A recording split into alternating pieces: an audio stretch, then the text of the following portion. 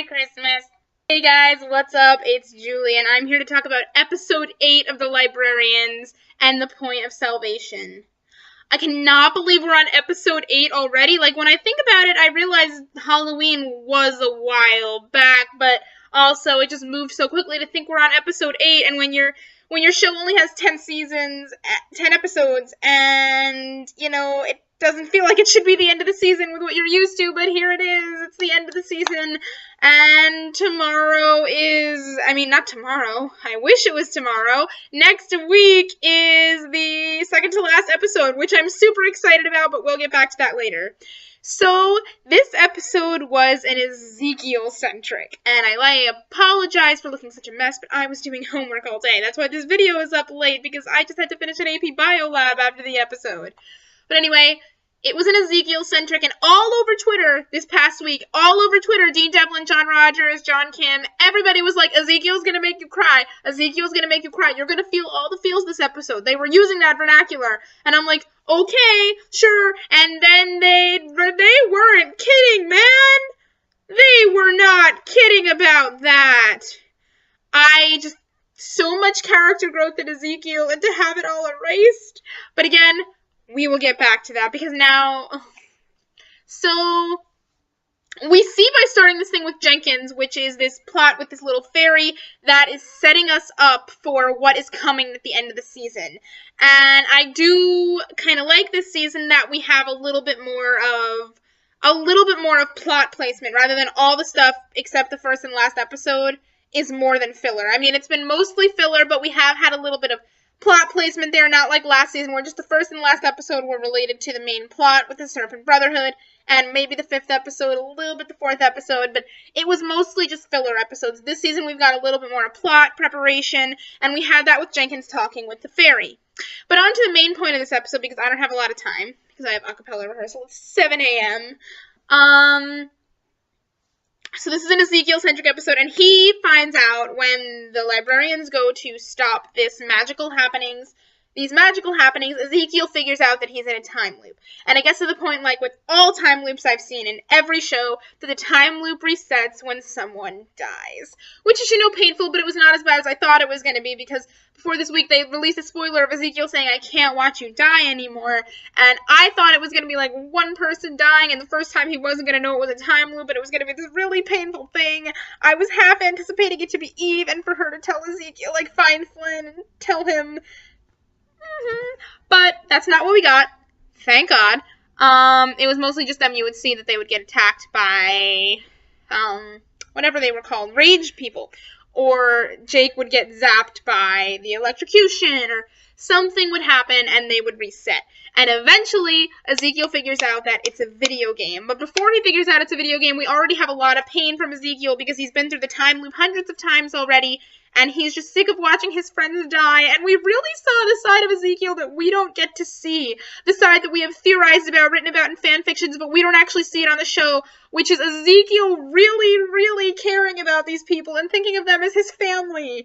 And he just cares about them so much until, I don't think he realized it until he was faced with watching himself lose them so many times, that it was like, wait, I love you people, we're a family. Family. I got all my sisters with me. And that was that. And so, yeah, then he figures out they're in a video game, and I just have to point out, I loved that little moment when he shoots Jake in the leg to prove his point, and Cassandra, yells at him, and Eve yells at him, and then he gives him the health pack, and you see Jake get up, and you think he's gonna, shoot him, because he just got shot, and then he's like, we're in a video game! And once again, cute little geeky Jake comes out. Speaking of knowledge of stuff, I did love that moment where Cassandra was figuring out the lock sequence based on musical notes. Because as a big music person, seeing the musical reference in the show like we had, and not musical like we've had musical theater references, this is actual reference to, music theory. And I love both, and I'm involved in both. So, to see that, and Cassandra apparently has perfect pitch, because she just hummed out the notes when I'm thinking of them, and I'm like, good for you, Cassandra, but it was still really good. And now we know Lindy Booth can sing, so, yeah, and so can Christian Kane. So all my Jassandra singing fanfiction that's coming this Christmas is not far-fetched. Ezekiel figures out they're in a video game, and then he starts trapping them, locking them away in a room so that he can figure out how to fix this thing without the risk of them dying. And to see Ezekiel be selfless, during this episode there were so many moments with Ezekiel where he was yelling at them, I can't watch you die anymore.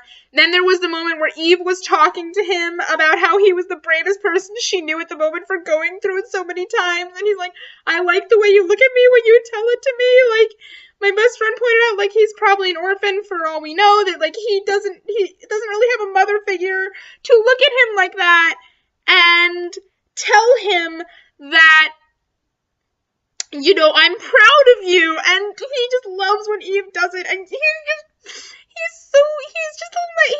just so young, especially when you find out that John Kim is, like, 21, and so that's the age you have to assume Ezekiel is compared to the rest of them, again, assuming their actual ages from the show, because we don't know what age they actually are, and the characters are in the show, and he even pointed out to them, I'm like your little brother, and there were so many emotional Ezekiel moments. The most emotional was very clearly that big speech at the end, where he was like, I know you think of me as your little brother, but I can't watch you die anymore, and all the things he knew about them, and how he cared about them, and let me be the big brother for once, let me protect you, and I'm like,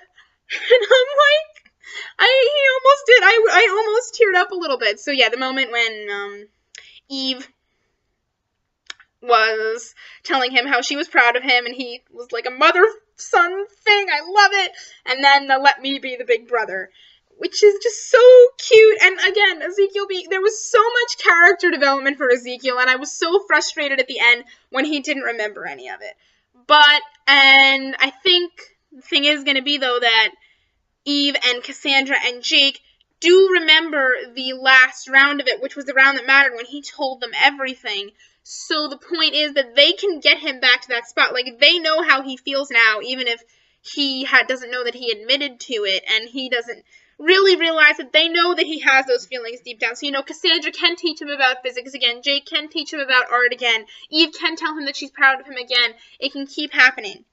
Speaking of when he was having individual lessons, I love that he was locking them all away in the room, and when he took Eve and we saw Jake and Cassandra locked in that room alone together, a tiny room, my mind was just going wild with possibilities.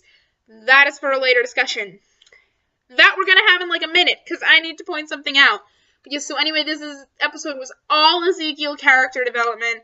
It was so beautiful, and, you know, Ezekiel, not that I hate him, but, like, I would only call him my least favorite character in the show, not that I don't like him, because, no, probably Moriarty, but, like, he's ranked at the bottom. Like, I love him, but, you know, like, my favorite characters are Jake and Cassandra and Flynn, and then Eve's a little bit below that, so, yeah. But, so I didn't think, an Ezekiel-centric was going to bring me this much emotion, but it did. And I just loved the emotion from him, and I hope in the future, especially I hope we're getting a season 3, and I hope in the future we get to see more of this side of him. So moving on to the second thing I wanted to talk about right now. Okay, so towards the beginning of the season, like before season 1 even premiered and we got the sneak peek of the scene where they all reunited, I was joking. I was honestly to God, like, making jokes that Jake and Cassandra are secretly dating. But I think right now it's just a flat-out theory. Okay, so it started with, here, let me present my evidence, because I'm starting to seriously think that they're secretly in a relationship here. Maybe it's just my shipper goggles, but that's my headcanon. It's gone past, ha ha ha, it's the joking about it to, this is a legitimate headcanon that because they're acting like they're in a relationship. Season 1, I shipped them because he would help her out when she falls and stuff, but it never got as serious as it's getting in season 2, where it started when they meet up and she's like, Jacob, and he winks at her, and he winks at her, and then they're flirting the whole episode. He goes to her first, she's hugging him when she thinks he's going to be in trouble, she's bringing him his coffee, they're basically hanging around each other, even more than they did in season 1. And they're at a place where there was clearly more development between them that we didn't see, but we know that the Librarians split up right after that first mission in Peru. So for Jake and Cassandra to have that much development doesn't make sense unless they are secretly dating, and they just don't want to tell anybody and screw it up. But for me, it's like the little moments, like the way, like things we used to rely on in season 1 when she'd just smile at him or he'd just look at her. But this season, what really got me was this episode in particular. Right before she jumped, he touched her arm ever so slightly.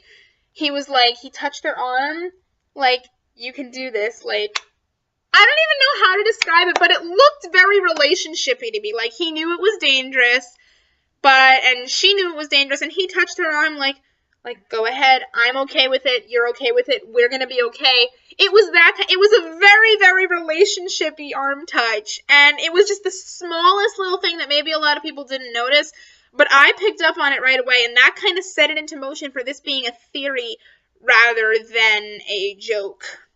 So, and then of course, last week when we had him actually ask her out on a date, which seemed a little bit, he didn't seem nervous enough for it to be the first time. Or maybe they're at a place where they've made out a couple of times, they've kissed a couple of times, who knows, and now he's asking her to go out for a drink.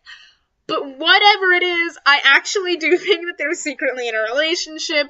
I don't know, you can comment on that below or message me on Tumblr at KingdomKeepers365 because I might not be able to reply to comments here. Just let me know, man, what you think about this because I'm convinced at this point. Okay, moving on to the third and final thing, because I really do gotta finish up and get this up and get to bed. Eve, the promo for next week. I have been excited about this episode since a month before season 2 came out, and the excitement has just been building as we've been hearing more and more about it. This is the Happily Ever After alternate universe episode, the one we have been waiting for, and I am terrified and excited all at once. First of all, it's an alternate universe episode, which can be painful and exciting and so many possibilities. Like, the possibilities that were running through my head for it are now, before I even found out anything about it, are now times 10 with the promo. Because we just heard read the episode description that they're going to have to choose between their Happily Ever Afters. And then we got an interview with Christian Kane at Comic-Con that when they asked him about Jassandra, he said something about there was something and it was an alternate universe and we had a lot of fun with that. So, there is a possibility that there will be canon Jassandra, or semi-canon Jassandra, in the next episode, in this alternate universe episode, which was the first thing that excited me. And that if the alternate universe is that they're living their happily ever afters, that would mean they're each other's happily ever after. And I just don't know what to feel about that. And now, ever since Eve and Flynn have been fighting in episode 5 when they didn't make up, I have been excited for this episode because this is the episode where our Flynn comes back, and it's like, yeah, Flynn is back, and there's like, from the promos and backstage things, and there is like 2 or 3 Eve and Flynn kisses in this. I really, really think the I love you is gonna come out in this episode, so I just don't know what to think, but then in the promo, we see her kissing Moriarty, and I really hope that doesn't mean that Moriarty is her happy ending, or if Flynn's gonna think that and let her go, but that might finally open up a discussion for these two that need to talk. They need to talk about what is going on, and I think that could open up the discussion. If he sees her kissing Moriarty in the alternate universe, he could be like, I have to let you go, like, clearly you want to be with Moriarty, and she's like, no, I don't, and they could talk about it. Also, the other thing that was intriguing me in the promo for next week is we see Eve and Jones working together. Now, from what I understood from the description, I thought they were all strangers in this universe, but it seems like to me almost as if the way they're acting, almost as if Eve and Jones are working together. Like, we knew, wait, Eve is FBI. I'm sorry, I just came to this realization. In this alternate universe, we see from her suit that Eve is FBI, and we know in the past that Ezekiel has worked for FBI. So they're happily ever after, he could be like her little intern, and they could be working together. And if those two are together, that totally opens the door that Jake and Cassandra could be paired off in this alternate universe. They could be married, dating, whatever. I don't know, but the possibilities are endless. I'm really excited what's going to happen for Eve and Flynn, especially because we know he is clearly in the finale in the 10th episode, and that the 9th episode and the 10th episode are usually not premiering together, which means they're 2 separate storylines, which means for the first time at the end of an episode's single storyline, he is staying And that just spells out good things. And this was supposed to be about episode 8, and more than half of it was about Jake and Cassandra, and then next week. But that's where my thoughts are right now. But I did love the Ezekiel development, and again, a lot of really cute moments that I did mention specifically. So those are my theories. Those are my thoughts. Leave a comment below or message me in the Tumblr messaging system if you have that. And if you're on Tumblr and you don't have the messaging system and you want to talk about it, shoot me an ask. I will message you, and then you'll have the messaging system and we can talk about it. So, that's it. Shameless self-promo. Remember, I am in the midst of writing a Christmas fan fiction. We release one drabble every day of December. Tomorrow is December 14th, so I am 13 stories in, and tomorrow is the 14th chapter, 14th episode, whatever. Baby, it's cold outside, and I mentioned it before, but I'm not going to say it again, and if you can figure out what it is, good for you. Okay, guys, I will see you next week, and hopefully I will come on this camera crying about how either A, Jake and Cassandra are canon, B, Eve and Flynn love each other, or C, both. Hopefully I will be on this camera crying about good things next week. So I'll see you then. Bye-bye.